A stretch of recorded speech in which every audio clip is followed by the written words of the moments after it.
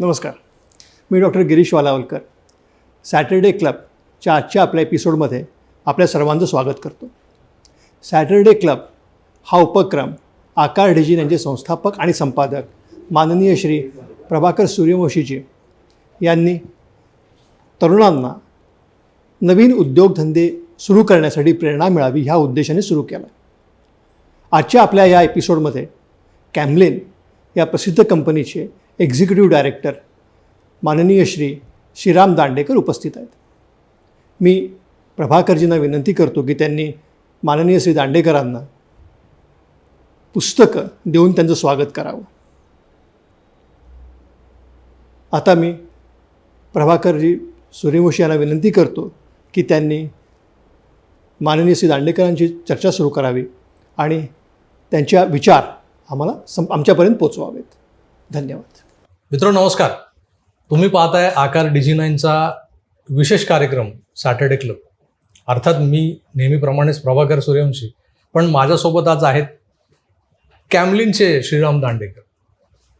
म्हणजे लहानपणी जेव्हा माझ्या लहानपणी आम्ही शाळेत जायचो तेव्हा कॅमलिन हा एक असा ब्रँड होता, कॅमल आणि कॅमलिन, जो स्वतःजवळ बाळगणं म्हणजे एक मोठं भूषणावं गोष्ट होती. ती जे प्रत्येकाच्या आर्थिक परिस्थितीनुसार ते सहज शक्य व्हायचं नाही. मलाही कॅमलिनची कंपॉस बॉक्स आणि त्यातले जे वेगवेगळे जे घटक होते, अगदी कर्कटकपासून सगळ्या गोष्टी, कॅमलिनची पेन्सिल, सगळ्यात महत्त्वाचं म्हणजे कॅमल ब्रँडची जी शाई होती ना, जी फाउंटन पेनसाठी वापरली जायची, ते शाईचा सुगंध तो आजही माझ्या नसानसात रोमात तसाच दरवळतो. माझं एक मला ती एक सवय होती म्हणा ना, की मी ज्या वेळेला शाई संपायची, घरून काही पैसे मिळायचे आणि मी स्टेशनरीतून जाऊन कॅमलच्या शाईची ती बाटली विकत घ्यायचो.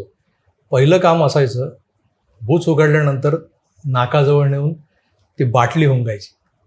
लोकांना काय काय सवयी असतात, ही माझी एक विचित्र सवय म्हणा, पण तो शाईचा गंध जो माझ्या नसानसात भिनला, रोमरोमात भिनला, त्यातूनच माझा कला शिक्षणाचा श्रीगणेशा पुढे होत गेला असं मला वाटतं. कारण माझं सुंदर हस्ताक्षर हे माझ्या पुढच्या कलाकार म्हणून घडेपर्यंत, म्हणजे अगदी जे स्कूल ऑफ आर्ट्समध्ये मी प्रवेश करेपर्यंत माझ्याकडे ॲसेट हाच होता की माझं सुंदर हस्ताक्षर.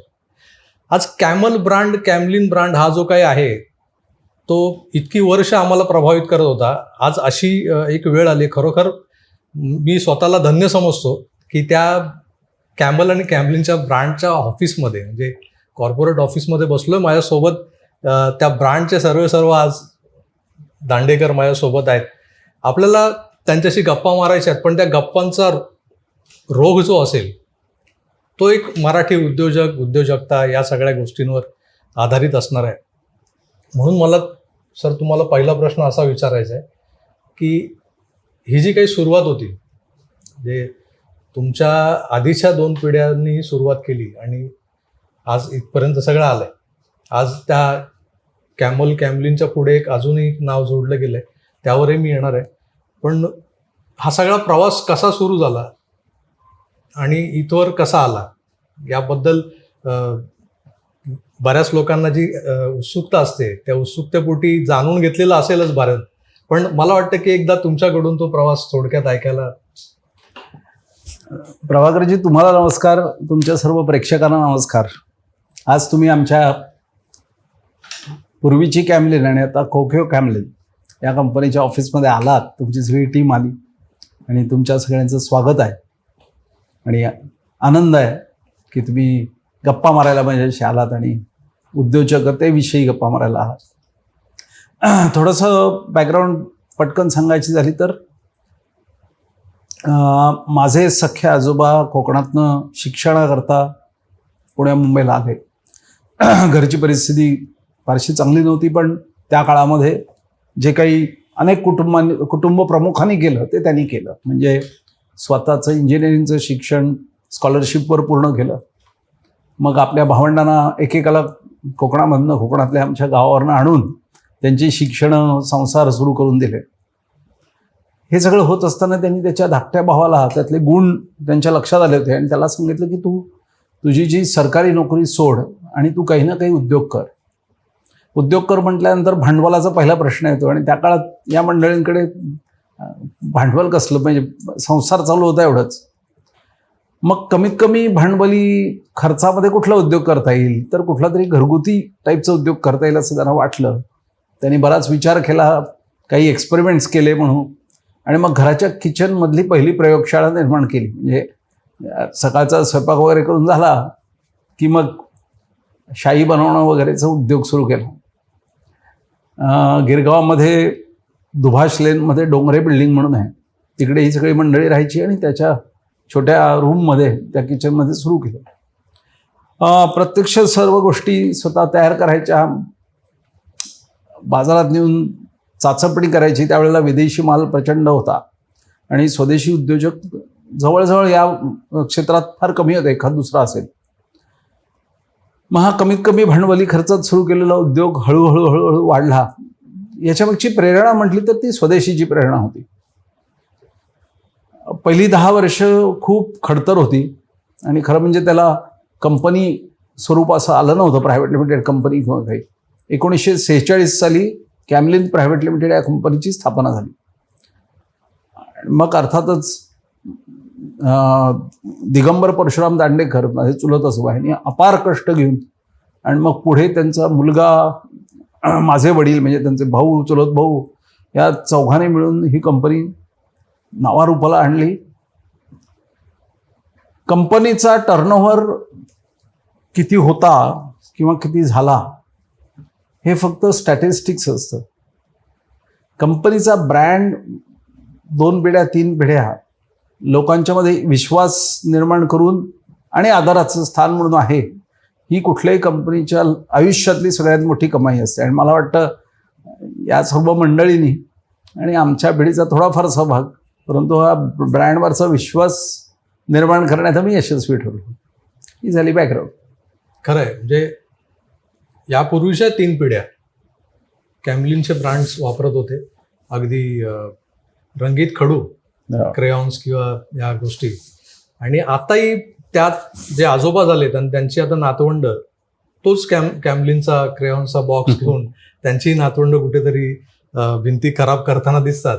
तर ह्या सगळ्या 3 पिढ्यांमधला एक तो दुवा ठरतो की आजोबांनी, वडिलांनी आणि आताच्या नातवंडांनी किंवा मुलांनी म्हणा जे काही उद्योग केलेत, म्हणजे अगदी शिक्षणापासून आपण जे श्री गणेशा गिरवण्यासाठी जी पेन्सिल वापरली, खडू वापरले पाटीवरचे, तेही कॅमलिनचे, कॅमलचे. आणि आताची जी पिढी वापरते त्यांच्याही हातातले पेन किंवा पेन्सिल म्हणाल तर तेही कॅमलचे किंवा कॅमलिनचे. एक हा जो काही ह्या सगळ्या गोष्टी इथपर्यंत आणण्यासाठी गुणवत्ता फार महत्त्वाची असते. ती गुणवत्ता तुम्ही जपली ही फार मोठी गोष्ट होती.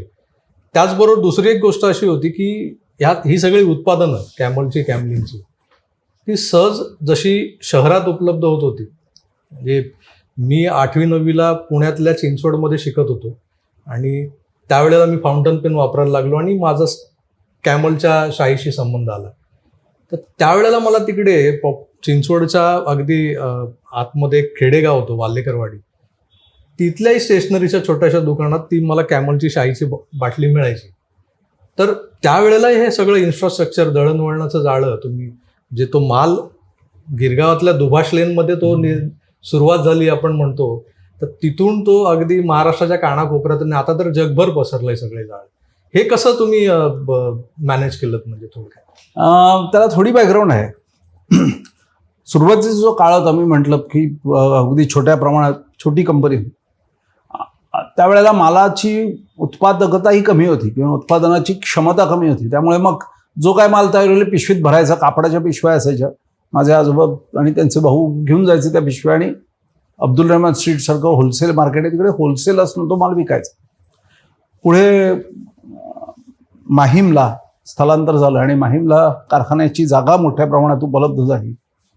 नंतर पुढे ती अंधेरीला कारखाना स्थलांतर झालं, ती नंतरची गोष्ट. पण त्यावेळेला एकतर उत्पादन वाढलं आणि उत्पादन वाढल्यानंतर एक महत्त्वाची गोष्ट आमच्या पूर्वजांच्या लक्षात आली, म्हणजे आम्ही ज्याला डिटेलिंग आणि रिटेलिंग असे शब्द आहेत, म्हणजे आपला जो प्रॉडक्ट आहे तो छोट्या दुकानदारापर्यंत पोचला पाहिजे, त्याच्याकरता रिटेलिंग, आणि तो पोचल्यावर किंवा पोचताना त्या प्रॉडक्टची सगळी जी काय वैशिष्ट्ये आहेत, आपण फीचर्स म्हणतो आता, ती समजावून सांगणं ह्याला डिटेलिंग म्हणतात. तर तेव्हापासूनच डिटेलिंग आणि रिटेलिंग याला खूप महत्त्व दिलं गेलं. म्हणजे नाहीतर उद्योजकांची त्यावेळेच्या प्रवृत्ती बऱ्याच जणांची अशी असायची की एकदा होलसेलला माल विकला, पैसे कलेक्ट केले की आपण निवांतपणे इतर उद्योगाला लागू शकतो. तसं ह्या लोकांनी केलं नाही. ते खूप कष्टदायक होतं. तुम्ही मगाशी त्यावेळेची जी दळणवळणाची साधनं आत्ताच्यापेक्षा खूपच कमी होती. तुम्ही वेल्हेकरवाडी, आता वेल्हेकरवाडीला पोचायचं कसं त्या रिटेलरपर्यंत? आम्ही अर्थातच वितरक म्हणजे डिस्ट्रीब्युटर अपॉइंट केले, जिल्ह्यानुसार अपॉइंट केले, हळूहळू करत गेलो. पण नुसते डिस्ट्रीब्युटर किंवा वितरकवर अवलंबून न राहता आमची मोठ्या प्रमाणावर मॅनपॉवर एक टीम उभी केली.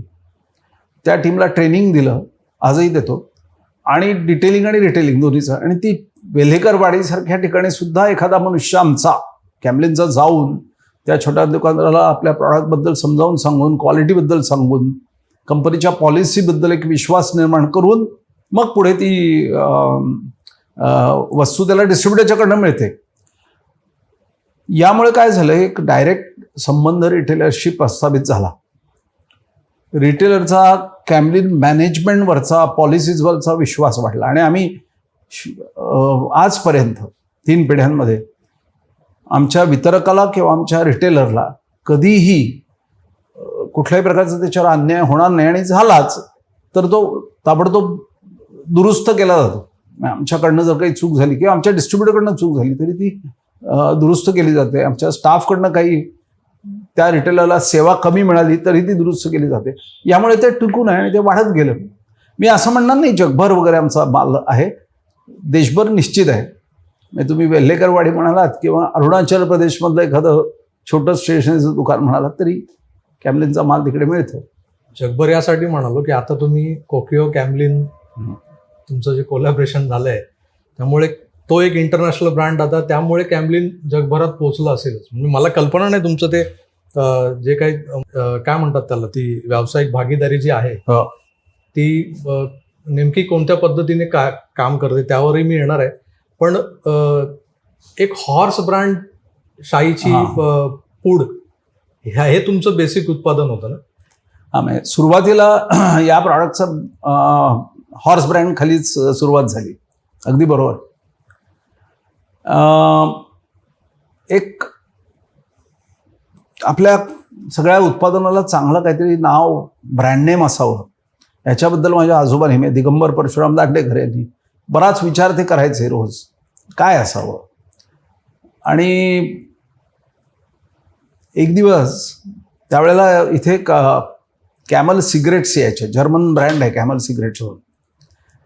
मुंबईमध्ये अशी होर्डिंग्ज लागलेली होती बस स्टॉपच्या फलकावर.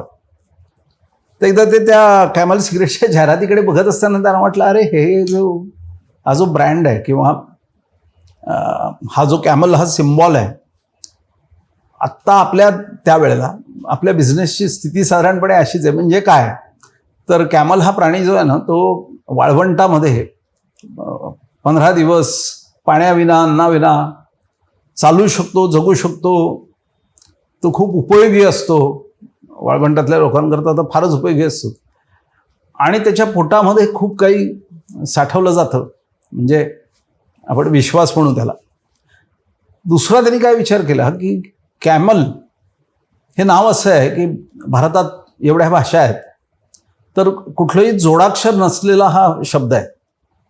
म्हणजे कॅमलचं फार तर फार नॉर्थ इंडियामध्ये कैमल होईल, किंवा गुजरातमध्ये केमल होईल, किंवा साऊथ इंडियामध्ये अजून काहीतरी थोडंसं बदल होईल. पण मोर ऑर लेस ह्या ब्रँडचा काही अपभ्रंश होणार नाही किंवा वेगळ्या तऱ्हेने ते फार उच्चारलं जाणार नाही.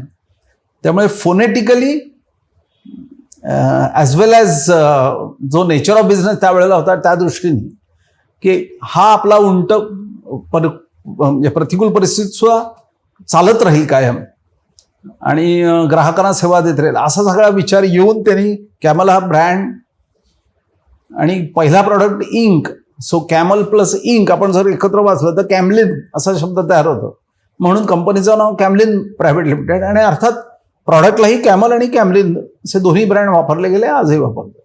अच्छा, मला खरं तर माझ्याकडे एक प्रश्न असाही होता की तुम्ही या सगळ्या प्रॉडक्टचं ब्रँडिंग कसं केलं, आणि नेमकं तो ओघाओघाने त्याचं उत्तरही मिळालं मला. Sir, many great brands have a very simple story. म्हणजे खरोखर त्यामागे कुठलंही रॉकेट सायन्स नव्हतं. म्हणजे तुम्ही किती सोप्या शब्दात सांगितलं की ती कॅमल सिगारेट जी आली, जी आपण डॉन फिल्म मध्ये मला वाटतं त्याचे होर्डिंग्स पाहिलेले आहेत, तर त्या डॉन फिल्म मध्ये ते कॅमलचं जे होर्डिंग पाहिलं होतं सिगारेटचं, त्याचा आणि कॅमल ब्रँडचा किती कुठेतरी संबंध जोडला गेलाय तो आता यातून कळाला मला. एक कलाकार म्हणून मी जेव्हा विचार करतो ना, म्हणजे आम्ही शालेय जीवनात प्रत्येक शाळेत मला वाटतं एक शालेय पातळीवरती एक स्पर्धा असायची, चित्रकला स्पर्धा, जी कॅमल स्पॉन्सर करायची. कॅमलिन स्पॉन्सर करायची. आणि ती स्पर्धा जिंकणं म्हणजे खूप मोठी गोष्ट असायची कुठल्याही कलाकाराला. मी माझ्या शाळेत सलग 2 वर्ष ती स्पर्धा जिंकलेलो आहे. आणि अभिनंदन. त्या स्पर्धेचं कुठेतरी एक ऋण म्हणा की त्यात मिळालेले जे काही बक्षीस स्वरूपात मिळालेल्या गोष्टी, म्हणजे रंगपेटी, तेव्हा कॅमलचे पोस्टर्स कलर्स आले होते नव्याने. पहिल्यांदा मला त्या बक्षिसांमधून मिळालेले ते पोस्टर्स कलर, आणि त्यावर मी नंतर काम केलंय. तर ही आठवण कुठेतरी माझ्या वैयक्तिक आयुष्याशी निगडीत आहे. म्हणून मला तुम्हाला विचारायचं की अशा राज्यभर तुम्ही त्या स्पर्धा प्रत्येक शाळांमधून घ्यायचा, तर त्या शाळांमध्ये ह्या स्पर्धा राबवणं म्हणा किंवा त्या एक्झिक्यूट करणं, यासाठी तुमची टीम होती की तुम्ही सगळं ते शाळांशी हे करायचं? तुम्ही फार छान प्रश्न विचारला. कारण तुम्ही पहिल्यांदा स्पॉन्सर असा शब्द वापरला. म्हणजे कॅमल या स्पर्धा स्पॉन्सर नाही. या स्पर्धांचं जे स्पर्धा कशा प्रकारे घेण्यात यावी, कुठल्या विषयाचं त्याच्यामध्ये मुलांकरता, आणि वेगवेगळ्या वयानुसार 3 गट केले जातात किंवा 4 गट केले जातात, काय सब्जेक्ट असावे तर चित्र रंगवण्याकरता, किती बाय कितीच्या पेपरवर ते चित्र काढलं जावं, हे चित्र काढल्यानंतर स्पर्धा असते. शेवटी ती स्पर्धा आहे. पहिला, दुसरा, तिसरा नंबर किंवा उत्तेजनार्थ नंबर लावण्याकरता कोणाची समिती असावी, इथपासनं विचार कॅमलिननी केलेला आहे. So we were not only sponsors, we are not only sponsors, but we have designed it in a particular fashion and we execute it in particular fashion. म्हणजे असं, आजही आमचे टीम मेंबर्स, आमचे सहकारी वेगवेगळ्या शाळांना अप्रोच होतात. त्या शाळेतल्या मुख्याध्यापकांकडनं परमिशन घेऊन कला शिक्षकांना इन्व्हॉल्व करून त्या शाळेमध्ये ती स्पर्धा किंवा ही all India camel colour contest या नावाने घेतली जाते. या गोष्टीला 27, 28, 30 वर्ष धरण झाली. गिनीज बुक ऑफ वर्ल्ड रेकॉर्डमध्ये largest, one of the largest event म्हणून रेकॉर्ड झालेला आहे हा इव्हेंट.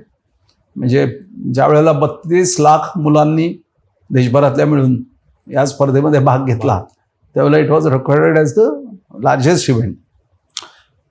परत that is just a number. याच्या मुळाशी काय आहे की मुळाशी असा विचार त्यावेळेला होता. नो डाऊट कॅमलिननी कलर रेंज निर्माण केली होती, त्याचं प्रमोशन करायचं होतं, ब्रँड प्रमोट करायचं होतं, पण तेवढाच फक्त विचार नव्हता. It was little larger thinking.